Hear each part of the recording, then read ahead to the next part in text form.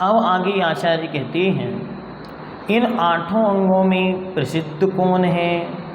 तो प्रत्येक अंग में एक एक व्यक्ति की प्रसिद्धि जो जगत में फैली हुई है उसे आचार्य ने बड़ी सुंदर तरीके से यहाँ वर्णित किया, जिस पर बहुत सुंदर एक एक कहानी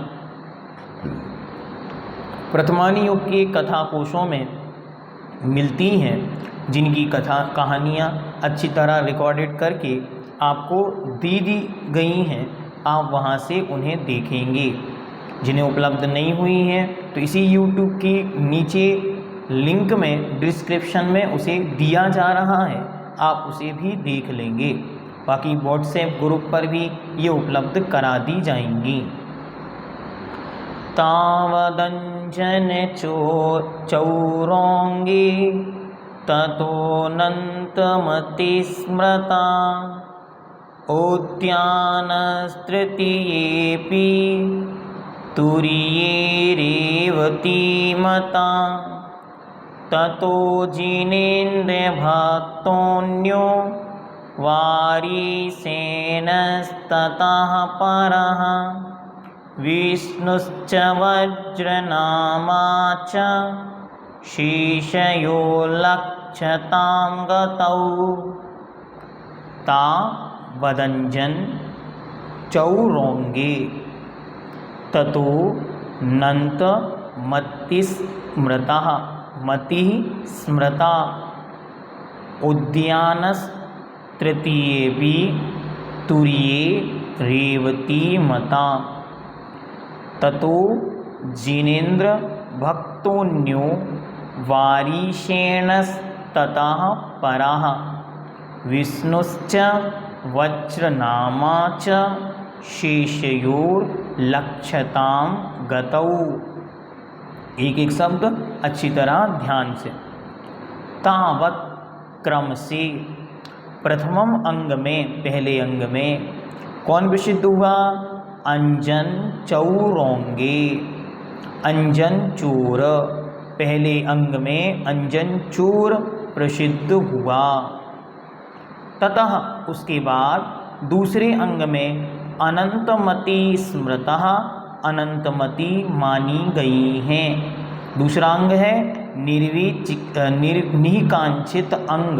तो निःशंकित अंग में अंजन चोर, निःकांक्षित अंग में रानी अनंतमति। तृतीय अंग में उद्यान नाम का राजा मतः माना गया है। तुरीये अर्थात चौथे में रेवती मता, रेवती नाम की रानी मानी गई है। ततः उसके बाद वाले अंग में जिनेन्द्र भक्तः, जिनेन्द्र भक्त। अन्य और अन्य इसके बाद वाले अंग में वारिसेनस्ततः परा, वारिसेन मानी गए हैं। इसके बाद विष्णुश्च वज्रनामा च शेषयोर्लक्षतां गतौ। शेष बचे हुए दोनों अंगों में अर्थात 7वें और 8वें अंग में विष्णु कुमार और वज्र कुमार नाम के मुनिराज लक्षतां गतौ प्रसिद्धि को प्राप्त हुए हैं। ये 8 जीव महानतम उस अंग की श्रद्धा में प्रसिद्ध हुए जिसके माध्यम से उनके यशोगान आज तक इस धरती पर जीवित है। प्रथम अंग में पहले अंग निशंकित, शंका नहीं करना। इसमें कौन प्रसिद्ध हुआ? अंजन चोर।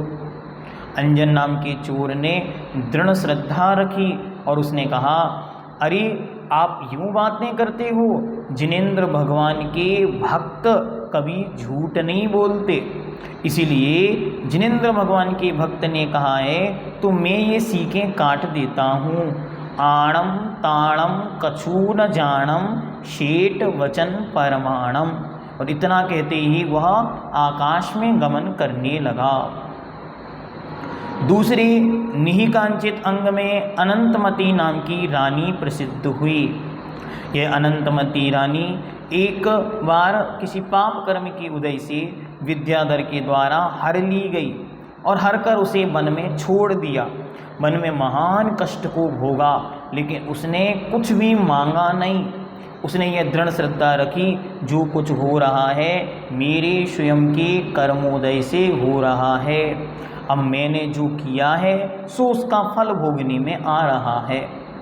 तीसरे निर्विचिकित्सा अंग में उद्दायन राजा, उद्दायन नाम का जो राजा है वह तीसरे निर्विचिकित्सा अंग में प्रसिद्ध हुआ।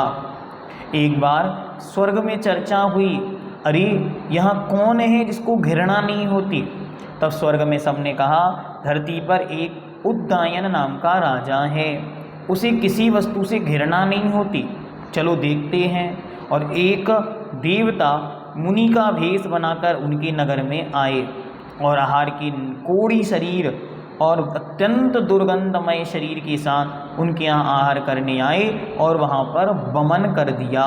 फिर भी राजा उनकी सेवा करता रहा, घृणा को प्राप्त नहीं हुआ।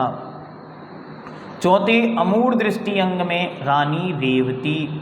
रानी रेवती की परीक्षा में अनेक प्रकार के ब्रह्मा विष्णु महेश आदि के बहुत बड़े बड़े दरबार लगाए गए, लेकिन रानी रेवती कहीं नहीं गई। अंत में उस बेरूपी ने थक कर तीर्थंकर भगवान का समोषण बनाया, लेकिन रानी रेवती ने स्पष्ट चुनौती दी, नहीं नहीं, तीर्थंकर 24 होते हैं, 24 के समोषण लग चुके, ये कोई मायावी है। इसी दृढ़ श्रद्धा पवित्र जिन शासन पर ये सिर कट तो सकता है लेकिन झुक नहीं सकता, ऐसी दृढ़ श्रद्धा से युक्त होकर वह रानी रेवती बनी रही। पांचवें उपगूहन अंग में जिनेंद्र भक्त सेठ प्रसिद्ध हुआ। जिनेंद्र भक्त सेठ के यहाँ एक क्षुल्लक महाराज आए। एक चोर क्षुल्लक महाराज का भेष धारण करके आ गया और उसने उनके यहाँ लगा हुआ चूड़ामणि रत्नों से मंडित महान छत्रत्रय चोरी करके और भागने लगा। जब सेठ के पास वह पहुंचा तो सेठ ने कहा लोगों से, मैंने ही ये छत्र मंगवाया था, जिससे लोग कभी भी इस भेष पर शंका ना करें, उन्हें ऐसा ना लगे कि कोई क्षुल्लक के भेष में चोरी भी कर सकता है। इस प्रकार उन्होंने उस भेष की रक्षा की। छठवें स्थितीकरण अंग में राजा श्रेणिक का पुत्र वारिसेन प्रसिद्ध हुआ। वारिसेन का एक मित्र था पुष्पडाल। पुष्पडाल की एक पत्नी थी एकाक्षी, उसकी एक आँख थी। पुष्पडाल ने दीक्षा ले ली, लेकिन उन्हें बार बार उसकी याद आती थी। एक दिन वे उसकी याद से बेहल हो गए और रोने लगे। तब वारिसेन ने उन्हें समझाया और समझाकर कहा, चलो अच्छा है, अब मैं तुम्हें उसके पास छोड़ आता हूँ। और वारिसेन अपने साथ उन्हें लेकर अपने गृह नगर राजगृही पधारे। उन्होंने वहाँ से संकेत कराए रानी चेलना को कि आप अच्छी तरह सोने का सिंहासन और एक काष्ठ का सिंहासन लगाना, एक लकड़ी का सिंहासन और एक सोने का सिंहासन, और मेरे द्वारा ब्याहित जो 32 रानियाँ हैं उन्हें लाइन से सर्व सुंदर आभूषणों के साथ वहाँ पर खड़े कर देना। इस प्रकार की सारी व्यवस्था की गई। और जब वारिसेन वहाँ पर उपस्थित हुए तो वारिसेन लकड़ी के पाटे पर बैठ गए और पुष्पडाल को सोने के पाटे पर बिठा दिया। सोने के सिंहासन पर बैठे हैं पुष्पडाल और वारिसेन उनसे कहते हैं कि देखो महाराज, ये इतनी सारी स्त्रियां हैं जिन्हें मैंने त्याग किया था, आप चाहो तो इनके साथ जीवन यापन कर सकते हो। उस एक आँख वाली में क्या रखा है। जैसे ही इतना सुना और उन्होंने हाथ जोड़कर वारिसेन के चरणों में नतमस्तक किया और उन्होंने कहा, हे भगवान मुझे क्षमा कीजिए, आपने तो इतना कुछ त्यागा और मैं एक आँख वाली स्त्री भी ना त्याग सका, धिक्कार है इस मोह और राग को। इस प्रकार उनका स्थितीकरण किया।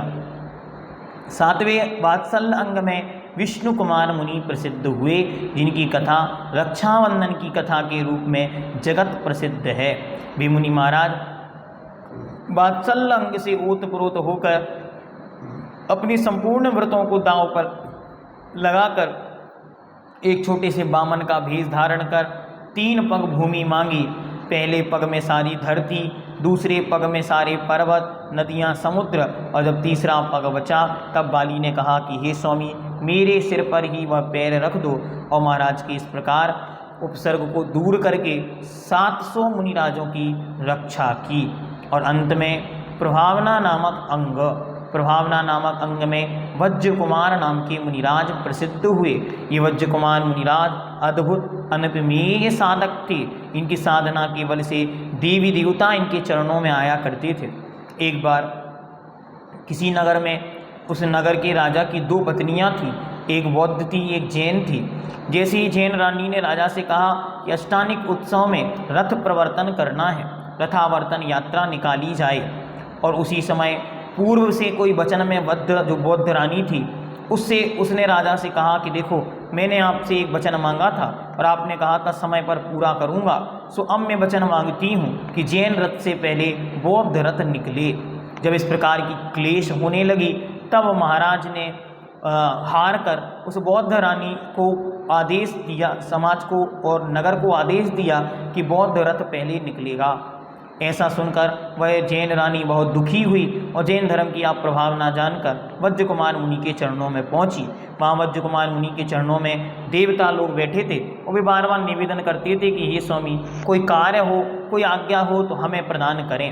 सो महाराज ने इशारा किया कि देखो, इस रानी के संकट को दूर करो। इसका बात को सुनते ही वे देवता लोग आए और उन्होंने जिन शासन के महान रथ का प्रवर्तन किया। बहुत भारी उत्सव हुआ और सारे नगर में पवित्र जिन शासन की जय जयकार गूंजने लगी। सारा संसार जिन शासन की महिमा को गाने लगा। इस प्रकार ये 8 अंग अपने वर्णन सहित यहाँ पर पूर्ण हुए और 8 में प्रसिद्ध व्यक्तियों को आप अच्छी तरह याद कर लेंगे।